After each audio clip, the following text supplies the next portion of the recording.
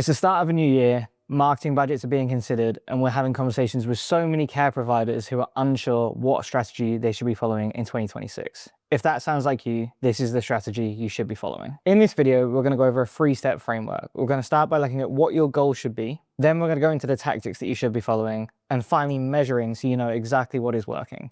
This isn't about adding more to your plate.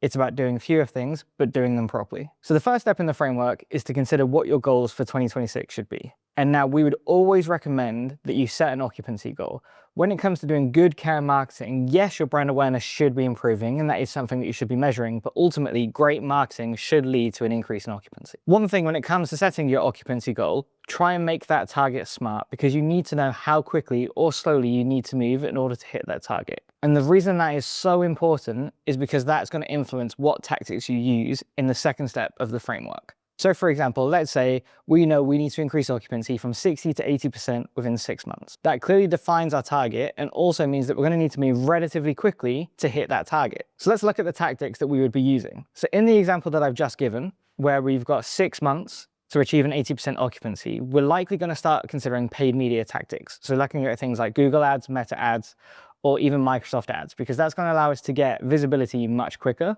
And ultimately visibility should lead to more people clicking through to our website, which should naturally lead to more private pay inquiries. However, if you can afford to wait a little bit, so let's say your target is to get to an 80% occupancy rate within 12 months, you can afford to wait for your efforts to compound, in which case you might start to explore organic tactics like organic social or even search engine optimization across, say, Google and AI tools like ChatGPT. So when you start to think about the tactics you're going to employ in 2026, it's quite common to get a shiny object syndrome. And it's a trap that we've fallen into many a times when it's come to growing our business at Care Launch.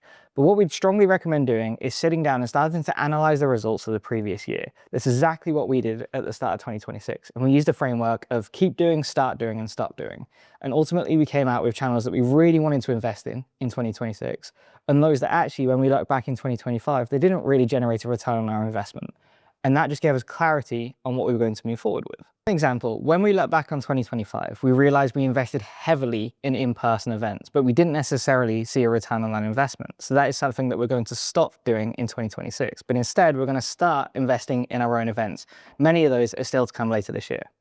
So the obvious question then becomes, what should you start doing in 2026? Well, let's go back to the SMART target that we set, which was to increase occupancy from 60 to 80% within 6 months. Now, in order to achieve that goal, we're going to need to move relatively quickly. So what we'd advise you to do is start looking at paid media channels. But even then, you still have a range of channels that you could be looking at. You could be looking at Google, you could be looking at Meta, you could be looking at Microsoft ads.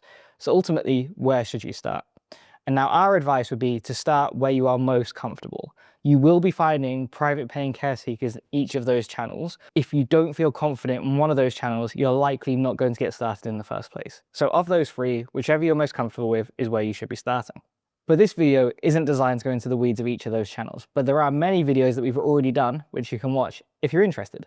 This video is about going through the key framework to use to achieve results in 2026. Now we've set our goal, we've made it smart, and we've decided on the tactics that we're going to be using. The next and final part of this framework is to measure accordingly, because ultimately your marketing is only as good as the results it brings. When it comes to doing marketing measurement effectively, you're going to require a single source of truth, because when you're doing multiple marketing channels, each of those channels is going to try and claim as much success as possible. So let's say you're doing Google ads, Microsoft ads, and Meta ads.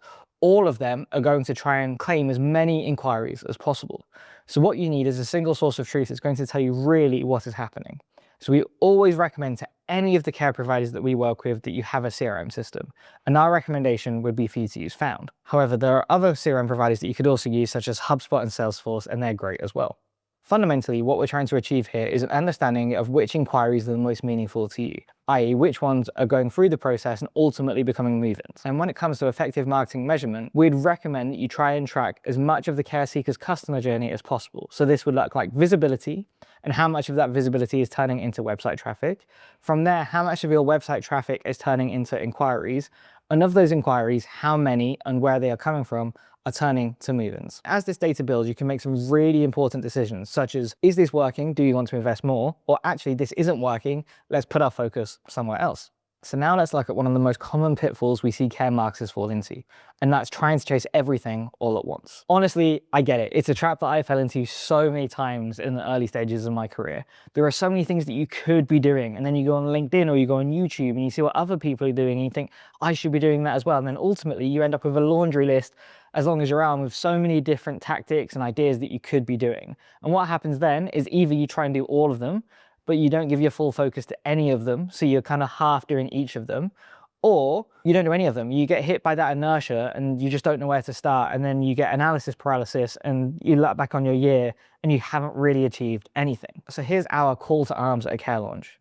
Pick one primary objective and work towards that. Typically when we work with care providers, there is one of two goals. Either you're trying to increase occupancy or you're trying to improve your recruitment pipeline. Decide which one is most important to you and give all of your focus to that one primary goal. Everything else can become secondary. And as a quick caveat, let's say you pick occupancy as your primary objective. That doesn't mean that you can't also work on recruitment, but you want that 80-20 balance. So 80% of the work that you do is towards that primary objective, and then the other 20% can be towards those secondary objectives. Okay, I know, I promised we weren't going to go into the weeds in this video. And honestly, we're not. But I can also see that there are going to be so many questions around, well, which channels deserve your time? Because there are so many you could be doing. So I thought, let's break down some of the key channels that ultimately deserve your time. So if you have short-term objectives, anything from 1 to 6 months, you're probably going to be looking at paid media activity. And the channels here that deserve your time are Google ads, Microsoft ads, and Meta ads. And the one thing that I encourage you to look out for if you're running any of those campaigns is to make sure that you're optimizing for the right goals. The common pitfall we see people fall into, they set their primary goal as form submissions on their website. And in principle, that makes sense. But what we see is that you'll have a whole host of different people submitting that form from your ads. So let's say your keyword is care home Northampton. The problem is that both care seekers and job seekers will be searching for that term. And if you set your primary goal as submissions of that form, what you could end up doing is teaching your ads platform to optimize for people who are looking for jobs. But if your primary goal is occupancy, they are not the people you want to be optimizing for. And there are some clever ways that you can filter out those people. And if anybody wants any advice on doing that, please contact us and we'll be more than happy to walk you through that. But the one thing to remember when it comes to paid is it is a pay to play game. You pay, you turn the tap on, and when you stop paying, that tap turns off. So this should always be a short-term focus. What about if you have a goal that's maybe 6 to 9 months out? What should you be doing then? Well, you could definitely do a bit of paid to front load your chances of hitting that goal. But the other thing that you could be doing is looking at channels that deliver a return on investment over the medium term. Things like organic search optimization. So you probably have heard the phrase SEO before, but you've probably also started to hear things like AEO or GEO, which are basically the same thing. You're just optimizing for different platforms. So SEO, you're optimizing for traditional search, so things like Google and Microsoft search. And AEO/GEO, you're optimizing for large language models, so things like ChatGPT or Perplexity. And if you decide to focus on these channels, the one piece of advice that I would give you is to absolutely nail the basics. And these are going to be things that you hear from everybody, but nail your page titles, nail your on-page copy. Make sure that you get all your headers correct because large language models thrive on heading structure. You could go a bit deeper and do things like schema markup because that's really going to help all of these channels understand your website better. The other thing you should be doing is heavily focusing on local SEO. From our data, we can tell that about 80% of placements are from people within a 8-mile radius of your home. So focusing on local SEO is absolutely pivotal to your success.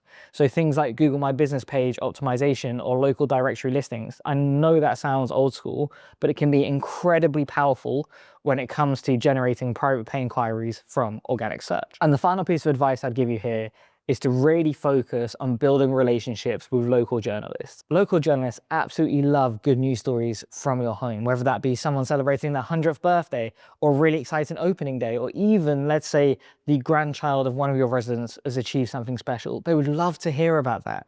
And if you can share that, you're getting your name out there, and also you're sharing these incredible stories from your homes. So what happens if your goal is even longer than 9 months? What happens if you're looking to build brand over the long term? Let's say you have many care homes opening over the next 2 to 5 years, then really you're going to want to focus on building your brand. And if you're looking to build your brand, there's some incredible channels that you should be utilizing. The one that stands out the most to me is social video content. Whenever anybody from the Care Launch team goes to visit a care provider, we're always taken aback by the incredible stories of family, residents, and the people who care for them every single day. Social video allows you to harness the power of these stories to share worldwide.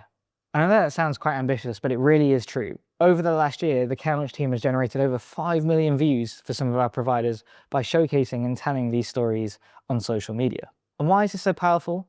It's because people trust people. And in a world that is ever changing, that one principle always stands the test of time. So we're nearing the end of this video. We started by looking at the 3-step framework that we believe any care marketer should follow to ensure that 2026 is incredibly successful. We looked at some of the common pitfalls that we all fall into when it comes to executing our marketing strategies. And we also did a bit of a deeper dive into some of the key tactics that you should be looking at in 2026. So I'm going to set you a bit of a challenge, and it's the 1-page marketing strategy challenge. And I'll be honest, it probably needs a bit of a catchier name than that. But essentially what we want you to do is on 1 page, write your primary goal, write the 2 to 6 tactics that you're going to be using, and expect the outputs that you will be measuring. And if you can't fit everything onto 1 page, you're trying to do too much. Dial it back and see what you can fit on that 1 page. So that's it. That's the end of this video. If you do need any help getting started with your 2026 marketing strategy, then you can download the template that we go through with all the care providers we work with here at Care Launch from the description below. But also, if you have any questions, you can email myself, you can email George, you can email Brendan, you can email anybody from the Care Launch team, and we'll happily go through those questions with you. And finally, if there's anybody you think would find this video helpful, then please do share. But for now, that's it, and we'll see you in the next one.